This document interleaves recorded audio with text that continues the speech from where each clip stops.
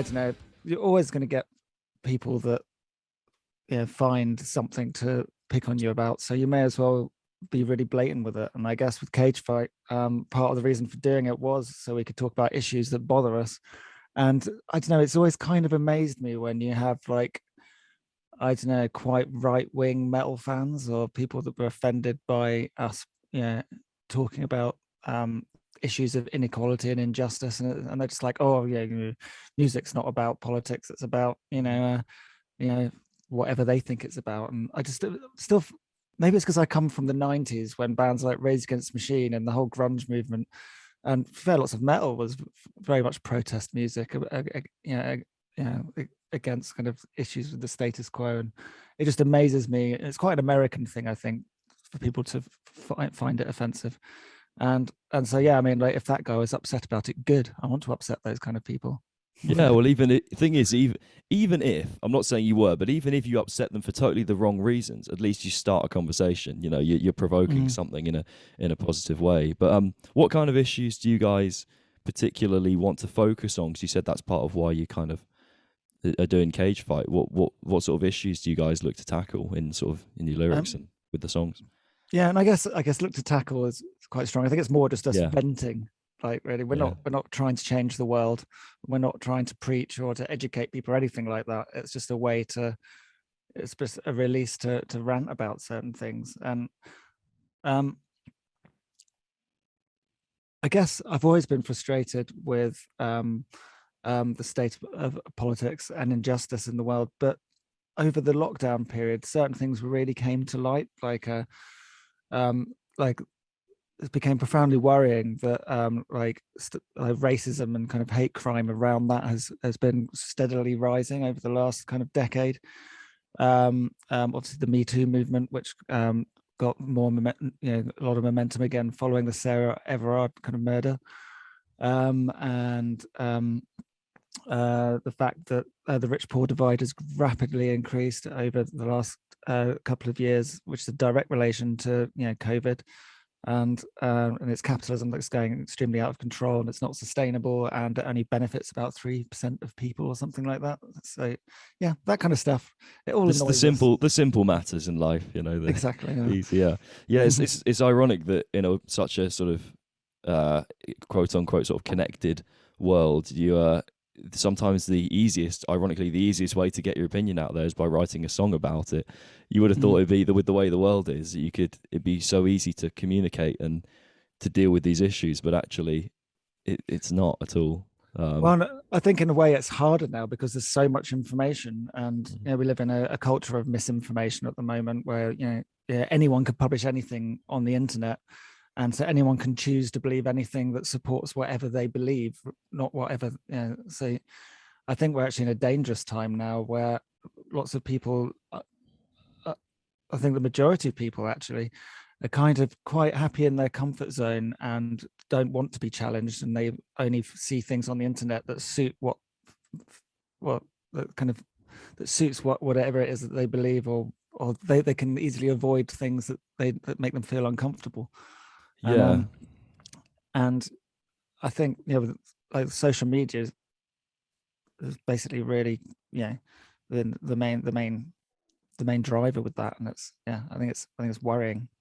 Yeah, we find it quite difficult as a band trying to sort of navigate all of that. I'm going to pose a lyrical concept for you, because this is a potential one that we're working on. I want to see what you think, because this is in the same vein. So I was sort of discussing, we discussed these lyrical concepts as a band, and we were thinking one of the issues with things like, funnily enough, it applies to things like Spotify, is as we progress with society, it's moving more towards things where you don't pay for stuff anymore. You almost rent it, or like with Spotify, for example, you don't have to pay for it. You can just listen to adverts, or Facebook, we don't pay for Facebook, but there's advertising, right? And I thought about this concept where there are certain things that you can pay for in your time and your attention, or you can pay for financially. So you can either choose to give away your hard-earned money, or you can, if you don't have money to do that with, you have to pay with your own kind of what's the word, your own sort of thought processes, and there's sort of a transfer there that I think people maybe haven't all clocked that it's happening. And I can see this kind of rising inequality of the idea that the poorest in society aren't going to be able to afford to pay with certain things with money. They're going to have to pay with their attention, which I think is quite sad, and especially in a world where, like you said, there's a lot of misinformation. There's a lot of things that just feed into your own opinion, and the people with the least money in society are going to have to be subjected to paying for things with their attention, which I think is quite sad. And it's kind of a rising sort of inequality that maybe hasn't been clocked yet. I'm not trying to claim to be some sort of philosopher, but that's a lyrical concept that we've decided perhaps to challenge. I don't know what you think of that, but yeah, that's quite interesting. Lots to unpack. There is. I did actually maybe think on the flip side that if you don't have much money and you're forced to pay through some other means which involves thinking, maybe that's also a spur for creativity and can actually help inspire things that people with money would never be able to create. Perhaps, because quite often, I mean, with lots of music and artists, as soon as they're kind of content and comfortable, then that's where the output dries up. And I mean, I'm not saying that, yeah, great, poor people can all be artists, but yeah, I think quite often with like, yeah, struggle, that does create great art. So I think that could be something interesting to look at as well. However, the majority of people aren't making music and making art. They're just trying to live. And so, yeah, I think you've hit an interesting point. Yeah. Well, yeah, I suppose the ultimate irony, you might get Rishi Sunak telling them to all retrain and become artists. That'd be exactly, yeah. Whilst trying to hide his wife's billions. Yeah. Well, if they'd happily fund that, train me all you like. Absolutely.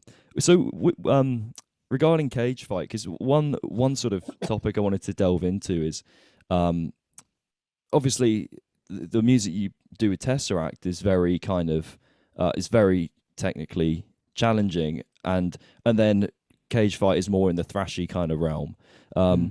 Was that something? Did you feel that? I had a few kind of things about that I find interesting about progressive metal, and do you think there's kind of a sort of a certain personality type that leans towards more progressive, technical kind of music? And do you think you fit that kind of personality, if there is one?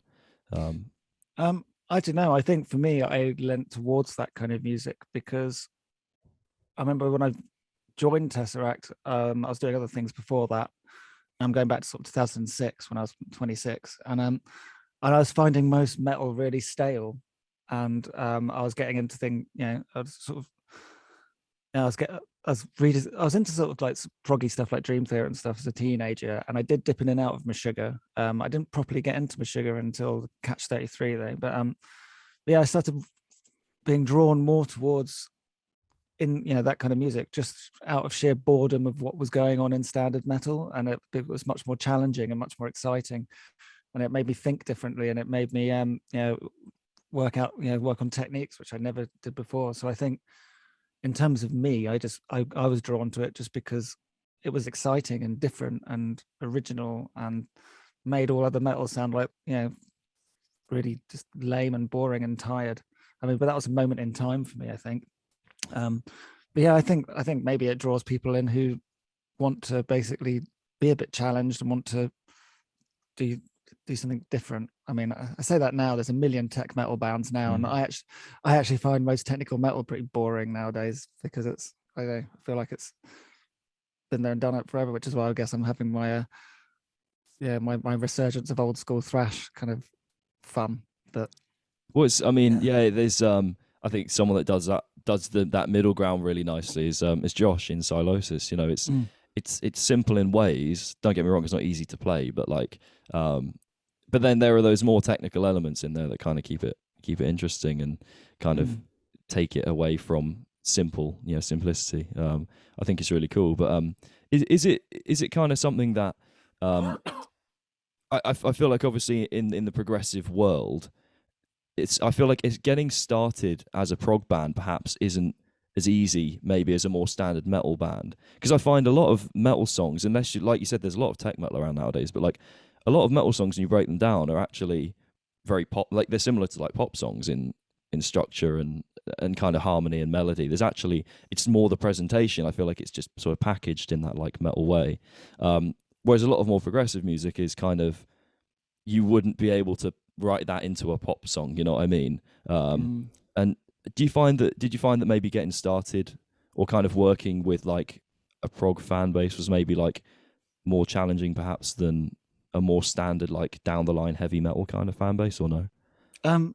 I think it's a slower but a better process with more interesting music. I think the whole metal kind of pop song structure thing, I mean, we've got the whole metalcore genre to blame for that, because metal wasn't always like that. Like it was definitely like Killswitch for me, I think, invented that formula, and pretty much for the last 20 years there's, you know, a million bands have been doing it since. And I think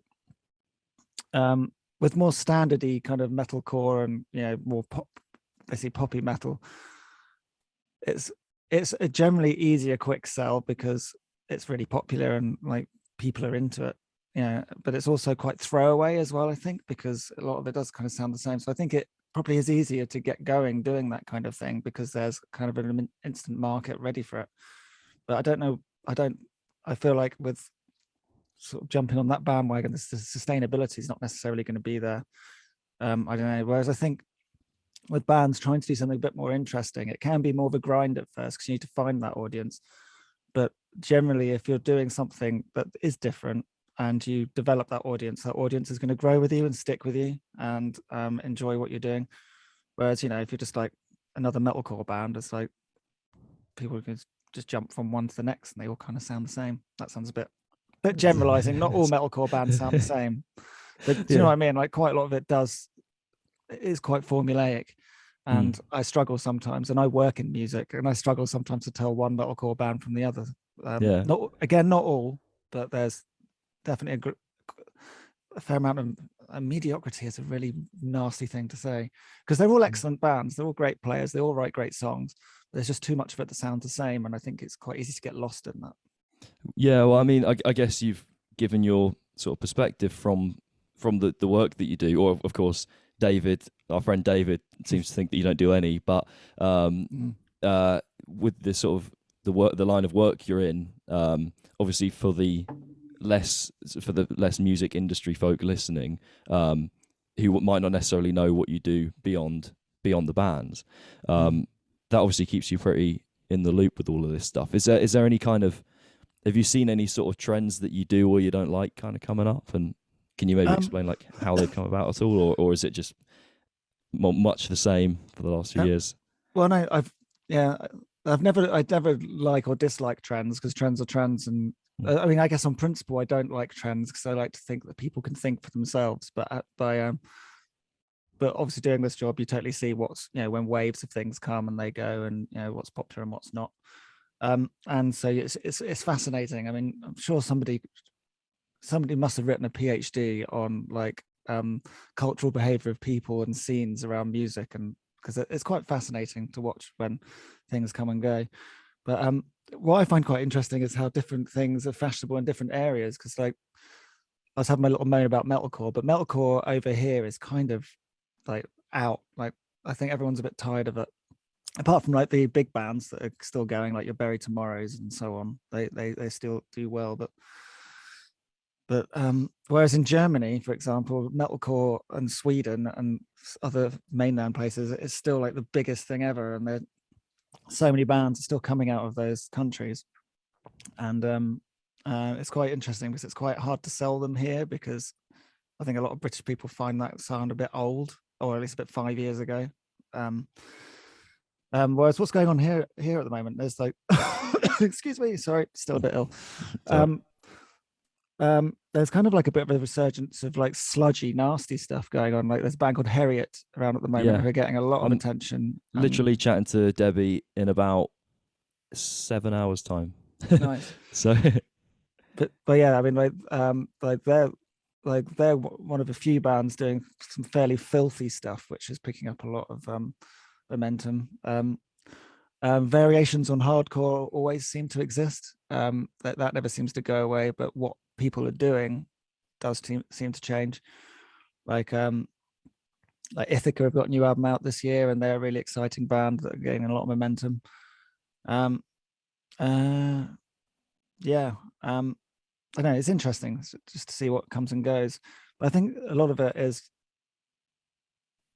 I guess, people, I guess the leaders in social groups who are the most musically informed are probably the ones that kind of are tastemakers within their social groups. This is me just going off my weird like theory at the moment. That's all right. And weird theories are the best podcast topics. So, and I think they I don't know, those people are very genuine music fans that are kind of hot on what's new and what's going on, and then within their social group, quite a lot of people follow their opinion. And obviously, they read magazines and so on. But I think there are loads of elements to why certain things become popular and certain things don't. And I don't know, it's quite fascinating. Basically, I think these particular social leaders are kind of championing those things at the moment. Oh yeah, and the return of deathcore as well. Deathcore is suddenly back in a massive way. Don't know if you've noticed that.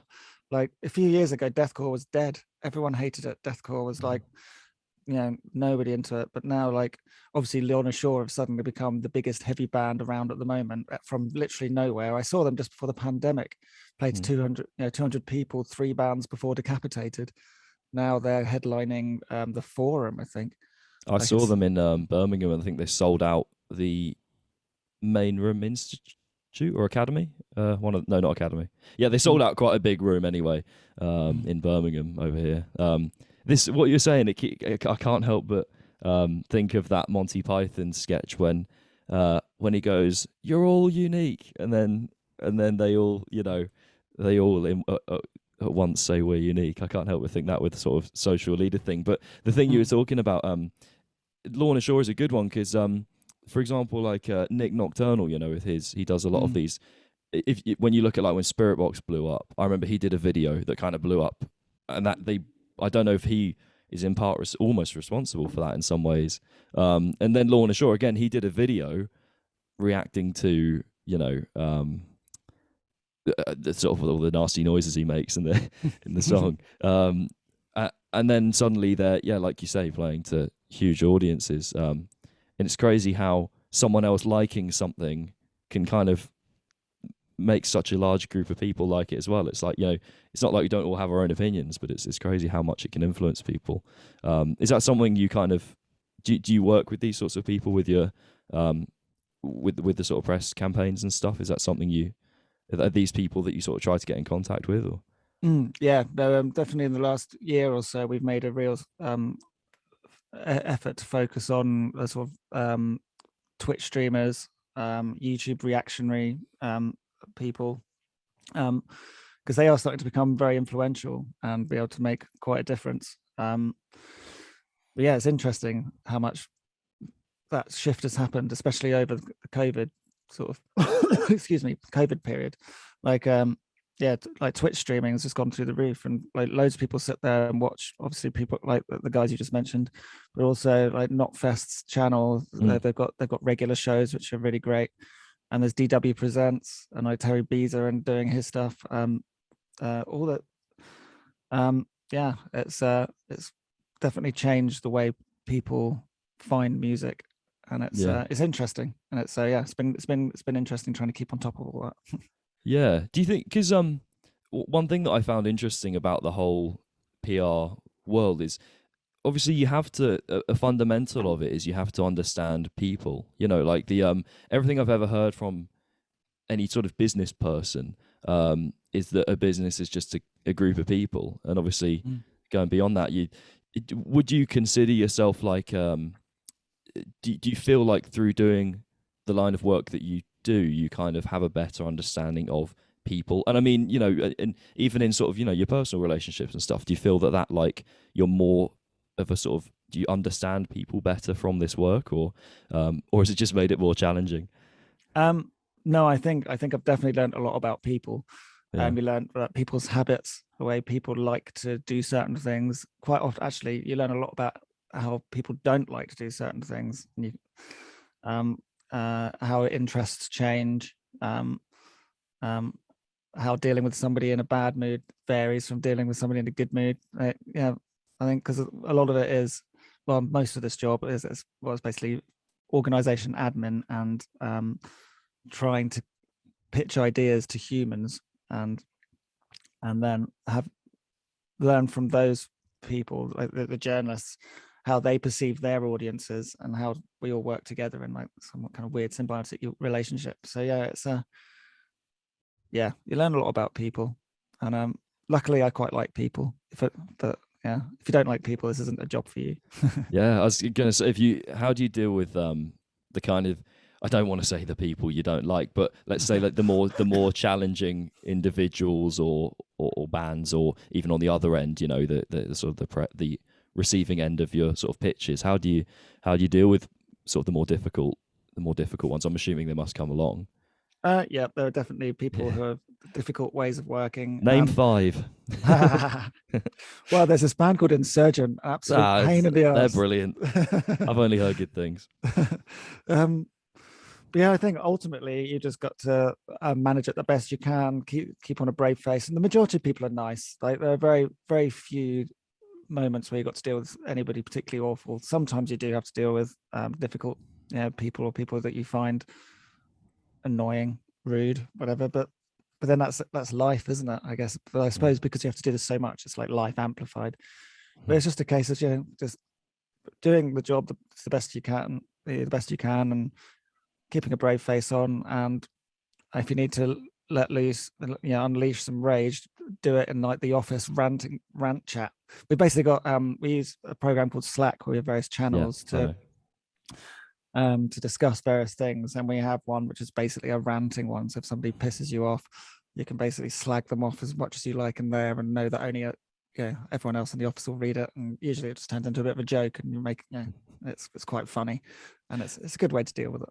Yeah, no, I'm sure it sounds, obviously, because I've sort of met quite a few of the people you work with, obviously through working with you, and one thing I was interested in is, again, talking about sort of understanding people. How do you decide who you want to work with? And obviously, as you built the company, how did you go about sort of figuring out who you want to take on board, and not just like hiring? I don't mean in the sense that like what's your hiring process, but like when you meet someone, how do you know that that's someone I want to work with? And I mean, we could even approach that from the sense of from a band, say you meet a manager or a label or something. How do you, what is it about meeting the right people? How do you know, I want to work with them? I think it ultimately comes down to, and always, I mean, it's obviously changed over the years with how the company's grown, but ultimately, is this music that we feel we can sell, if that makes sense? And by sell, not sell, but has enough going on that we can get the media to talk about it, we can get them on the radio. And ultimately it comes down to that. I mean, a big part of it is whether we like it or not, obviously, because you got to kind of enjoy it. But actually, as the company's grown, it's been slightly less about that, and very much more like, will this work? Because I guess in the early days, we came from the whole tech metal scene, and like we were basically doing all the basic record stuff, and we kind of grew out of that. I was well into the whole scene at the time, when I was finding loads of really great bands doing really interesting things, and just going, wow, how do they do that? How does he play that? What is this? And going back a decade or so, people were doing some really inventive things, and really technical things that nobody else really was at the time, and that was super exciting. And so basically, we were just like hunting out bands that were pushing the envelope and doing exciting things. Obviously, since then we've expanded, and we kind of cover rock across, the heavy rock across the whole kind of spectrum. And so now it's mainly just, is this going to work?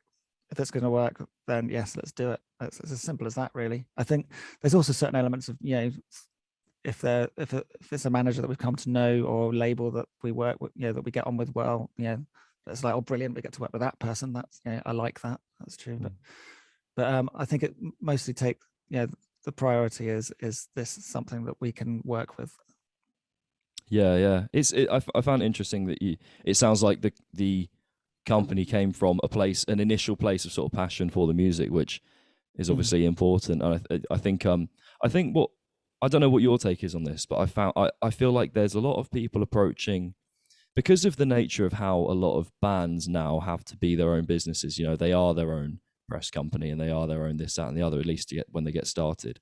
I think you've got a lot of people going into it who are finding success because they're good business people and not necessarily the best musicians. And I'm not being critical of any particular band. I feel like it's something I've seen where the people that sometimes come through it are the ones that, because of the nature of how the world has kind of changed and how bands have to be so self-sufficient, I feel sorry for I've seen a lot of musicians where they're not business people and they don't know how to promote themselves and how to present themselves.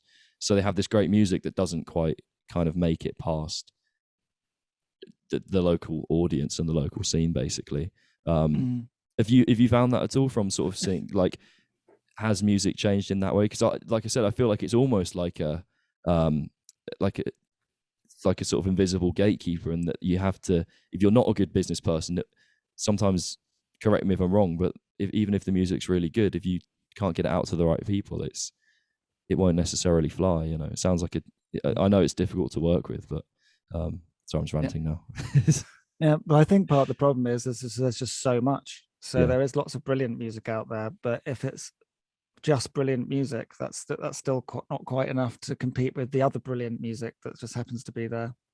There needs to be, for want of a better phrase, some kind of X factor, something that makes it stand out that you can't quite put your finger on. And I think those rare finds usually do kind of find a way, because somebody will discover them. And I think for everybody else that's just doing brilliant music, you do need to basically figure out smart ways to get it out there. And quite often, maybe if you're not that way inclined, start working with some other musicians who are. But yeah, I think it is very hard to cut through. And I think you need to, basically not just think about your music, but think about, think about your look, think about what you're talking about, like how can I start conversations about my band? What are we doing that's different to everybody else? And I guess maybe that does take a slight more of a business mind to think in that way, rather than just like, oh, I've written a brilliant piece of music. But it's a tough one.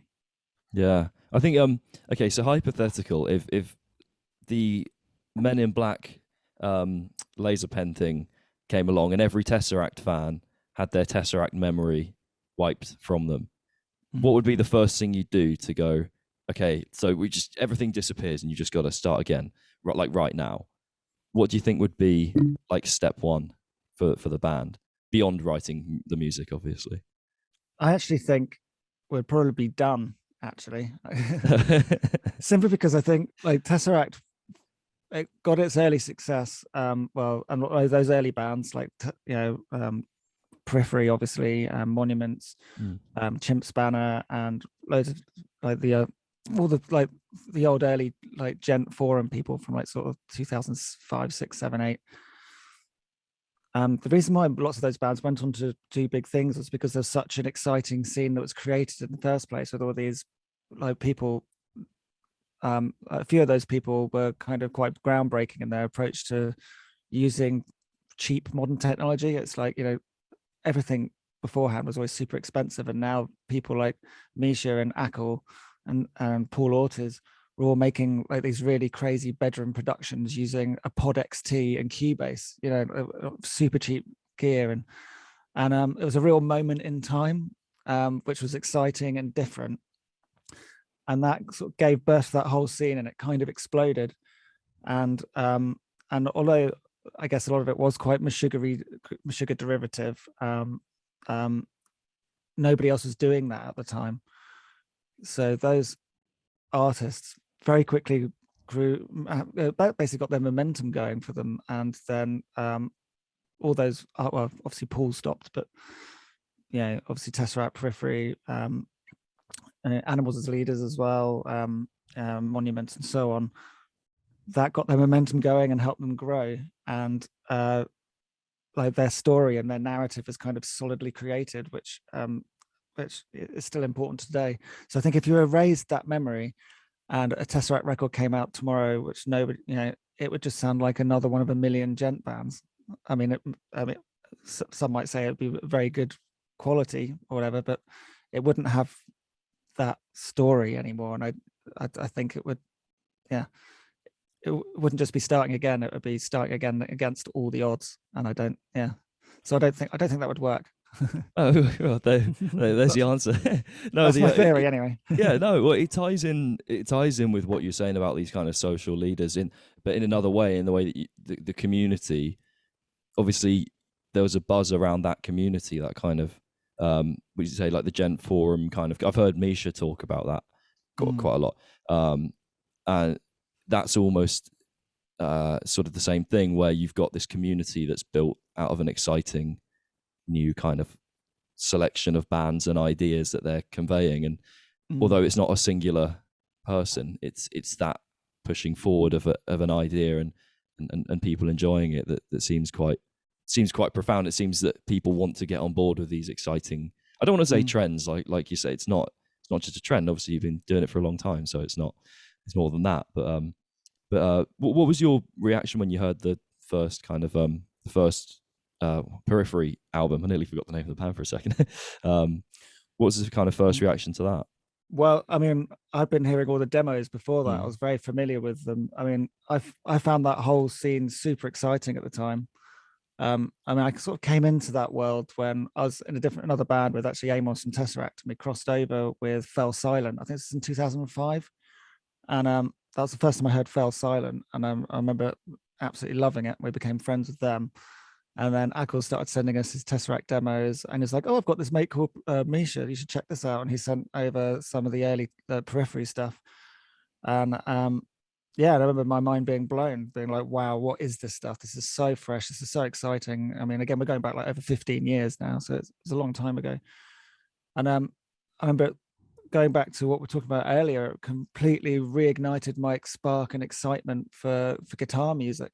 It was like, wow, what are these guys doing? This is blowing my mind. This is like, I mean, I like Meshuggah, but this is doing something else. This is like a step on from that. I guess early Periphery always reminded me of like Meshuggah cross with Sixth, and I was obviously a massive Sixth fan.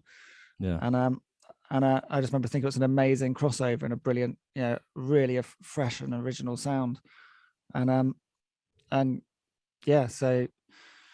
by the time Periphery 1 came on, it was old news. But when I first heard all those demos, like I remember having my mind absolutely blown, and I was just like, wow, how do they play so fast? And I had to start practicing guitar again really quick, really hard.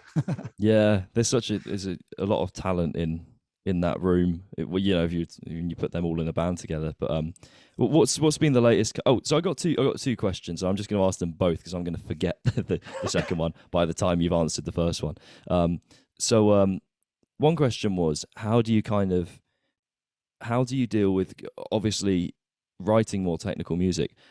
I imagine writer's block is I kind of know because I write somewhat technical-ish metal myself. How do you approach the sort of writer's block from a sort of more technical metal standpoint? Because obviously writer's block when you're writing like 4-chord acoustic songs perhaps isn't quite the same thing. And I don't mean to demean that actually, but because there's some real difficulty in writing simple songs that are effective. But how do you deal with writer's block? And I suppose the second question does tie in. It's how do you stay motivated, and how have you stayed motivated over the course of your sort of band career? When, like you said, there's so much good music around, because do you find it difficult sort of going, oh, that's really good, how are we going to keep up with that, I think it's more the other way around. It's like writing things and going, that shit in the bin. And I don't know, it's very hard to deal with, to be honest. I haven't really got an answer other than it's really, really miserable when you can't write anything. And I've been for years and years where nothing good's come up, and it's really depressing. And quite often it's just like, oh, I'll just give up. Don't need to write anything now. But then just hopefully that spark comes up sometime, I suppose. But the thing is, sorry, carry on. Yeah, no, I was just going to say, it's horrible. I hate it. Yeah, well, the thing is, even in not having an answer to that, there might be someone listening who's a big fan that thinks that you're just turning out material all the time. You know, there's always that illusion. It's the social media kind of illusion, isn't it? That everything's great and everything's perfect. You know, you bring out a new song and it's like, oh, well, maybe they wrote that in an afternoon. You know, it's like, obviously that song accounts for possibly thousands of riffs that got chucked in the bin for. So I think, you know, even in not having necessarily an answer for that is important, because I listened to the Riff Hard podcast with Wes Houck. They did another one with him, and I find him really interesting and quite inspiring. And he was saying about sort of just signing his first record deal. I don't know how old he is, but as far as I'm aware, he maybe not signed his own record deal, at least with like a project that's kind of very much his, you know. I might be wrong, but that's what I sort of remember saying. And it gives some real perspective to younger people like myself, who are kind of, you know, I'm guilty of it. I look at bands doing really well and you don't see the behind the scenes. And it's, you know, you don't quite see that it's not as easy as it sometimes looks on the social media. But on a more positive note, what's kind of you're talking about sort of that scene back in sort of 2005 really inspiring you. What's the latest thing you've seen? Has something come up in the last few years that's given you that same kind of like, whoa, that's cool? Yeah, you can say no as well. No, things always do pop up that excite me. I remember the thing that I got excited about after that whole scene was in the early 2010s when like lots of the electronic sort of techie crossover stuff kind of came out, like the Algorithm, Igor. And, Igor's cool. And that sort of stuff was super exciting, because I was massive.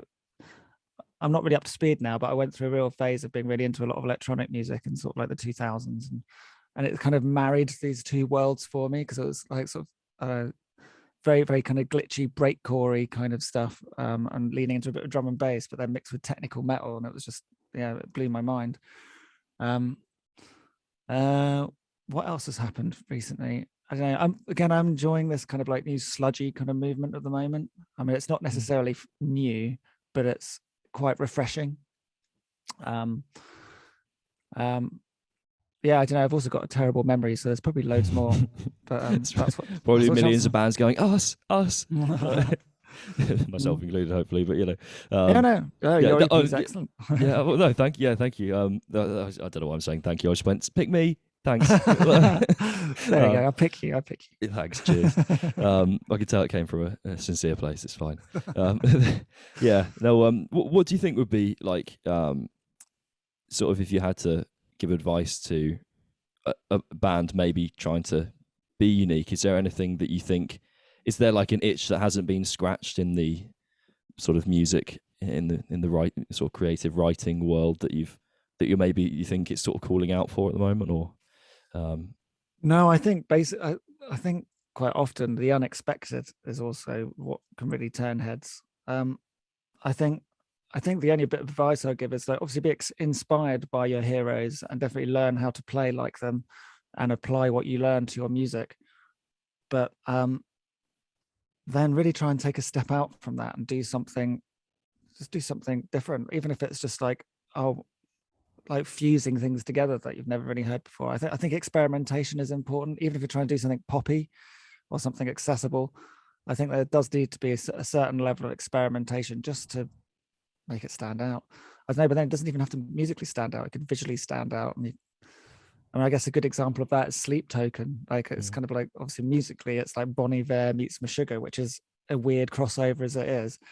But then they've got the whole kind of, image with the masks and stuff, which then has obviously elevated it to huge size. I'm not saying everyone should stick on masks. No, that's seems like in a way quite a done thing now. But I mean, it really worked for them. But I think it's important to just really try and do something original, but also don't force it and don't be too contrived. Like, make sure it's natural. I don't know. There's a perhaps unpopular take, and this is by no means a criticism of the band, because I think they're a phenomenal band. But something that I don't find that connects, and this is just my sort of personal take on it, regarding Sleep Token. I think they're a brilliant band, and obviously that the mask thing it's done something really good for them. But listening to the sort of the content of the songs, like lyrically, they feel like very, I don't know how to describe it, but a lot of the songs feel like songs that need a face to them. You know, they're quite they feel quite personal. You know, lyrically, unless I'm sort of misreading them.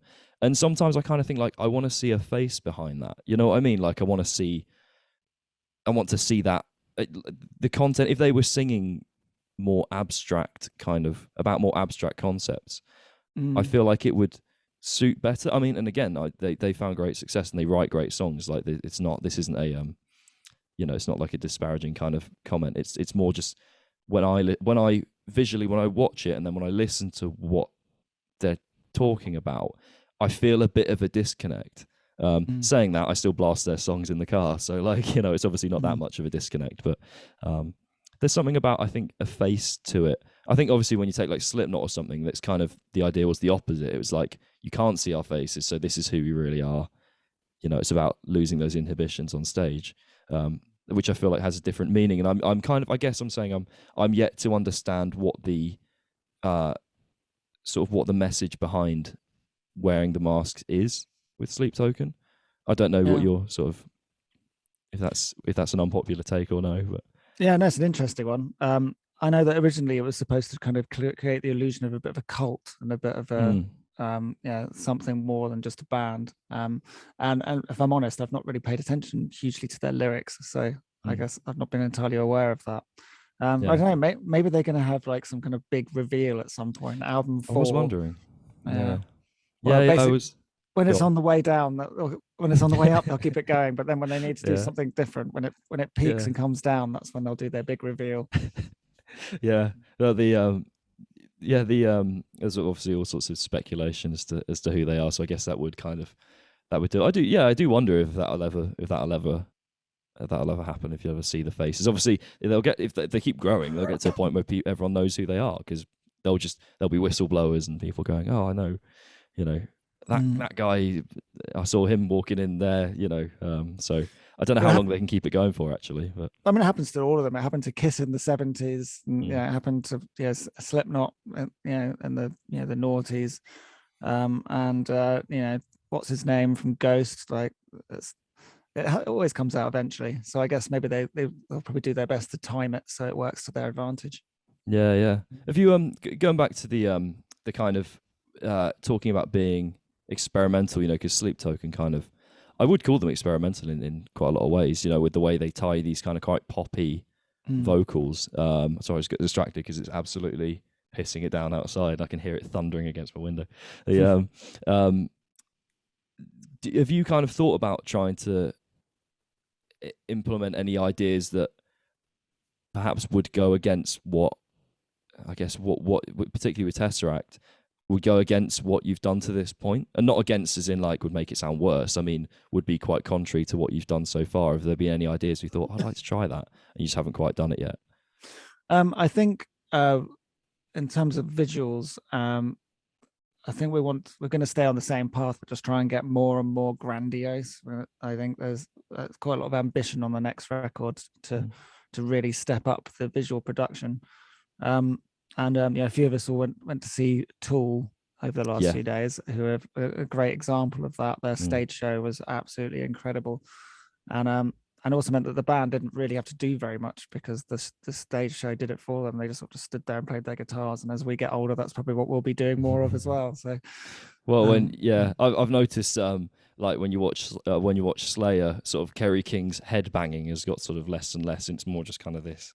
At this point, he's obviously feeling it a little bit. Yeah, Tom stopped over a decade ago, I think. I did feel sorry for them actually, because I saw them at Download a few years ago, and it was like their last ever. I mean, it was their last ever show after however many farewell tours they've done. But Tool were playing at the main stage Download, and then Slayer were headlining the second stage. And then as soon as you heard Tool, this big crowd just starts going that way. I was like, oh no. I feel bad for them, but yeah, no, So I remember seeing Dan. Speaking of your light show, you've got this sort of the big LED tubes, right? Is that do you guys do all that yourself, or do you have like a lighting guy that does all that for you? Or? Yeah, we've worked with various lighting people over the years, and yeah, that's basically that's kind of like a stopgap light show we've got just for these dates we're doing at the moment. They've been kind of cool. We use them on the Bullet run, and we just use them on the Dream Theater run, and it looks good, but it's quite basic. I think the next thing we do though is going to be much more adventurous. Any reveals, or are you keeping it under wraps for now? There's still loads of ideas being thrown around at the moment, but I know that we're going to try and do something cool at Arctangent. Again, I'm not entirely sure what, but that'll be a step in the right direction. Quite Portals inspired. Basically, we are looking at the feasibility of doing things like lasers and stuff like that we did on Portals. Lasers are a real pain in the ass though, because you need special licenses for them, and you can blind people, so you got to be careful. Planes all over the sky, like crashing into. That'd be quite a show. It's a little dangerous maybe, but that sounds really cool. I think there was one more sort of completely one more topic that I just wanted to ask about. This complete change of complete change of direction, but I thought it would be interesting. I've seen you share a lot on your sort of story about like different like craft beers and stuff. Is that something you're into? And do you have any other kind of interests beyond music that you kind of pursue actively? Like, I mean, I'm not saying beer is necessarily like an interest like that, but Yeah, I don't know. I think, to be honest, I think everything in music has been so all encompassing at the moment. But I enjoy craft beer. I'm not an expert by any means, but I enjoy sampling things. Well, I know most craft beer experts, you would have told me by now if you were, because it's the first three sentences you hear, I think. That including CrossFit and several other things that come up straight away in the conversation. But cool. Thank you for hopping on and chatting. I really appreciate it. And I think, like I mentioned to you earlier, what I'd like to do is, so first time exclusive for this. Like, it'd be cool if you could think of a question to present to the next guest, who I won't reveal so that it doesn't influence your question as well. And although I did actually say that Debbie's on this evening, but someone last minute has actually said that they're free at about 5 o'clock this afternoon. So I'm going to be chatting to them, so you won't know who the guest is. What do you think, for the next conversation, what's your question for the next? And you can have a minute to ponder it. I won't make you. Okay. It's a bit of a generic one, but if there's one thing that you could change about the music industry that would make your life easier, what would that be? Cool. I'm going to make sure to remember that. Well, I've recorded this, so if I don't remember it, something's gone wrong. Wicked. Yeah, I think that's a good, because I think if we all do our little bit, we can make a few changes, which is good. Speaking of doing a little bit, one band I'm going to make you say one band rather than a few. If you could give one band a bit of a plug, ideally someone or a band that is perhaps not getting as much attention as they deserve, who do you think that would be? Or they can be, whoever you want to plug. Okay, well, I'm going to plug this band just simply because I was listening to them the other day. But so for Cage Fight, we've got our album launch show on the 26th of May, and the band playing with us are a hardcore punk band called Who Cares. I think if you like sort of shouty, aggressive hardcore punk, these guys are definitely worth a listen. They're basically really good songwriters. It's very aggressive. It's definitely more on the punk end of hardcore. So it's noisy, it's loud, it's brash, and they kick ass live. So Who Cares, with a question mark at the end. Check them out. Yeah, that's great. It's great to see like artists. I think, like you said, there was this resurgence of sort of metal. There was a lot of metalcore, sort of like you said, the pop song structure kind of thing. And now we're seeing like loads of tech metal, and we're also seeing loads of noisy, like in your face.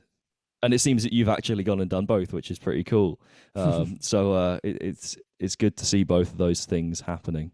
So wicked. I will start the next conversation with that then when I get around to it, after my next coffee as well.